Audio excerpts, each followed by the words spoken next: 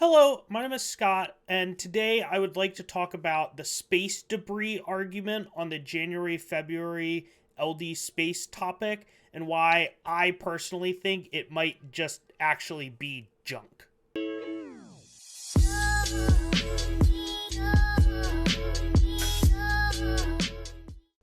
So to start, what is space debris?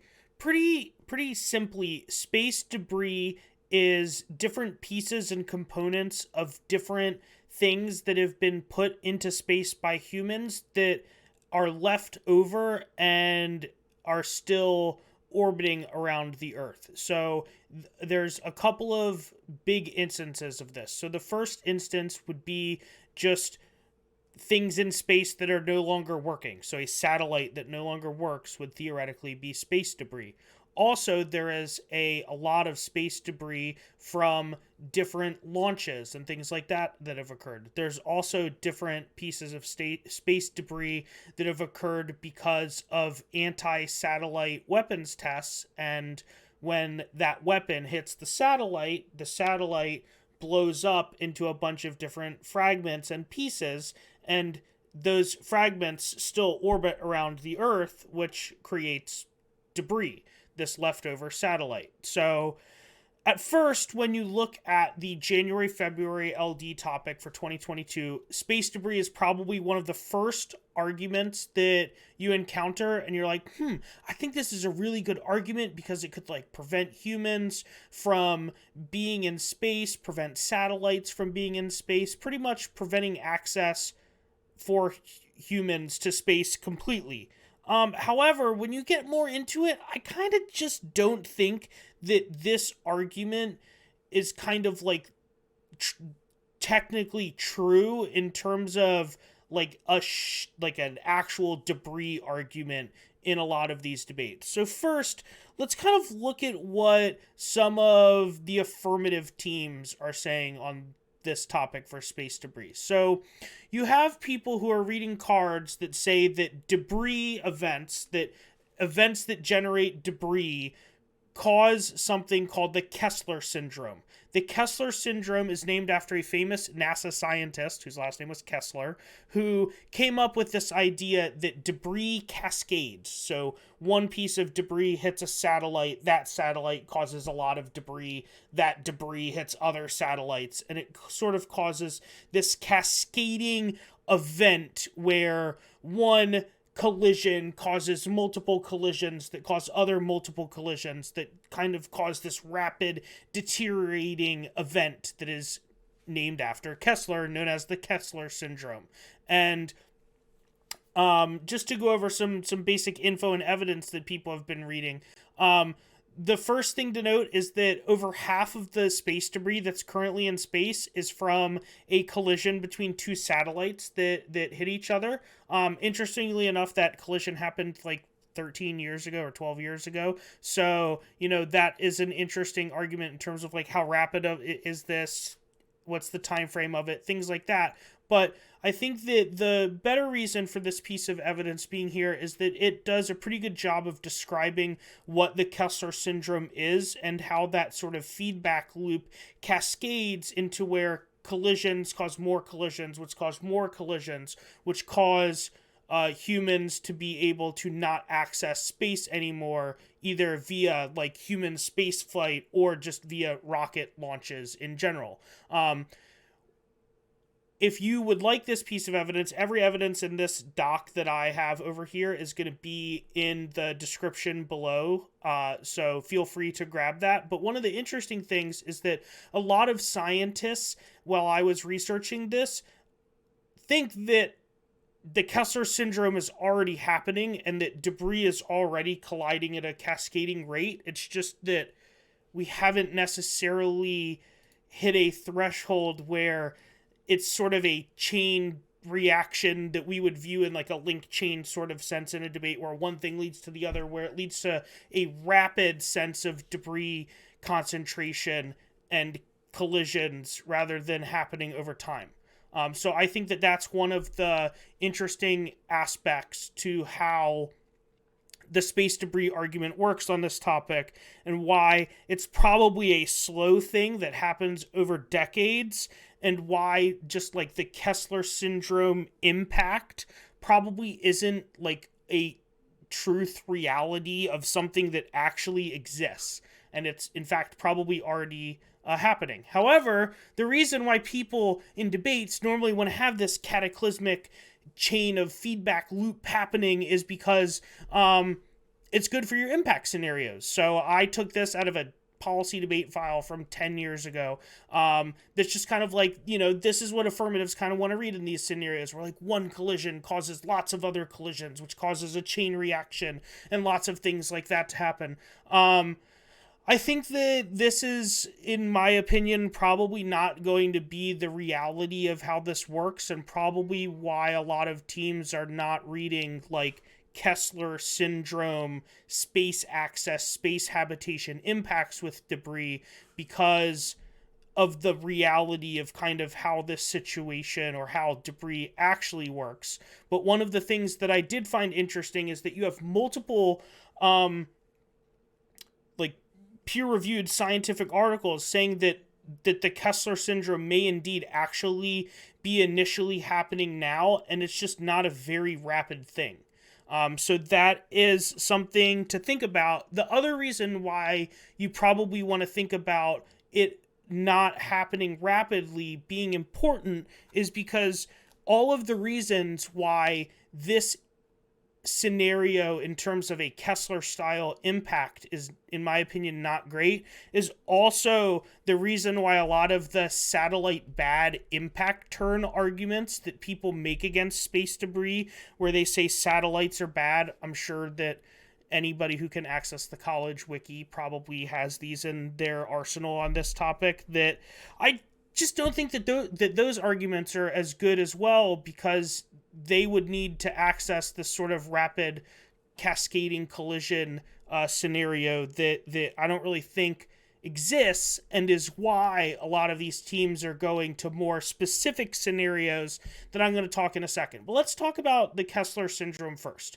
First of all is, most people equate the Kessler Syndrome with the movie Gravity. If you have not seen the movie Gravity, pause the video. I'm going to put a link to the scene in Gravity where the Kessler Syndrome is depicted below. Basically, it's a Hollywood movie with Sandra Bullock. I think it's like 2013, where in the fake world, Sandra Bullock is in space as some type of scientist repairing, I think it's the Hubble Space Telescope, and the Russians do an anti-satellite missile test, and she is out in space, and you see this like rapid debris collision happening. And the movie is essentially all about the Kessler Syndrome. So if you haven't seen that, I'm going to link that down below. I forgot to talk about that in the beginning. But really important if you're having trouble visualizing like this rapid versus not rapid question. A lot of scientists came out in reaction to that movie saying that that's not actually how it happens. So this piece of evidence that I took from the college wiki is actually an interview with Donald Kessler, the person who came up with this syndrome, that is in reaction to the movie Gravity, saying that they had the artistic license to be able to depict space debris that way, but that's not actually in reality how it would work, and it would be something that would take place over a large number of years, and that the collisions that cascade might happen every 5 to 9 years rather than, in a 90-minute orbit cycle that a movie or other ways might depict the Kessler Syndrome. So I think that this sort of rapid nature of it is something that a lot of teams will probably be successful against if in defeating, because that's probably not just like the truth of how that scenario works. It's probably not as the evidence says, it's probably not a sudden chain reaction, but more something that gradually happens over hundreds of years, which always leads to the potentiality of that being solved centuries from now. And in debate impact calculus kind of not being the best argument that you could make.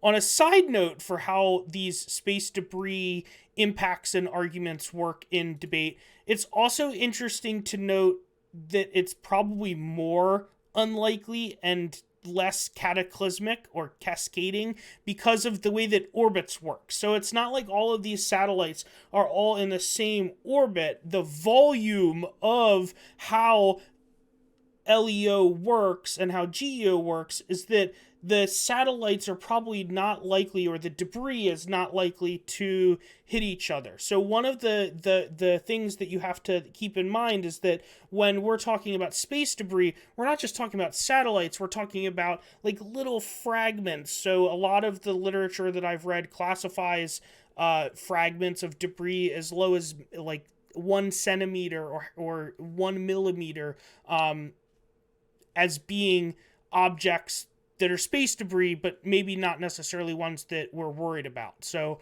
also note that this is kind of like a very broad, overarching category for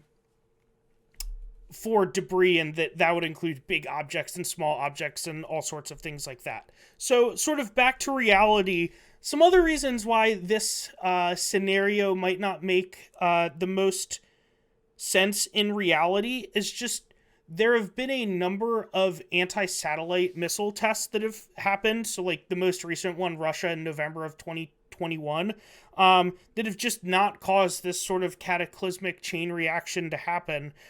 China, the US, India have all had anti-satellite missile tests before, at least to my knowledge. And it's probably why a lot of teams are geared up to not debate the Kessler Syndrome when they go for these debris scenarios, and instead debate these sort of like miscalc scenarios that are like space debris causes, Russia to think that their nuclear missiles and that they'll launch all of their missiles at the US because they think the space debris is missiles, or it hits a Chinese early warning satellite and they view that as first attack and launch all of their nukes in reaction to that. People, in my opinion, are more likely to go for those types of scenarios because they work outside of the Kessler Syndrome and don't have to sort of defend the cascading rapid nature of space debris. Whereas defending like a Kessler-styled no-access impact would require you to defend that. Now, there's also all sorts of other miscalc scenarios that people can read. The favorite one that I've seen is this one that Dartmouth read last year, or 2 years ago, was a college space topic, where they said that when debris collides with nuclear-powered spacecraft, that sort of like irradiates the globe and kills 5 billion people. Not really sure how truthful this is either. But, this makes me think that debris as a cascading rapid Kessler Syndrome argument is maybe not the best argument, especially if teams are willing to read nuclear Russian spacecrafts irradiate the world over, a very simple argument that seems to be very much in the literature. So just wanted to make this video to say this is kind of what I think about space debris. Not saying don't run this, but just cautioning you and saying, I think that there's definitely some things that you need to think about before making space debris the best argument, or the argument that you want to read in the debate. And that, in my opinion, I probably think that most styles or most formats or most versions of this space debris contention is probably not truthful and is junk. So that's kind of what I think. If you would like any of these cards, remember they're going to be in the description below. And thank you.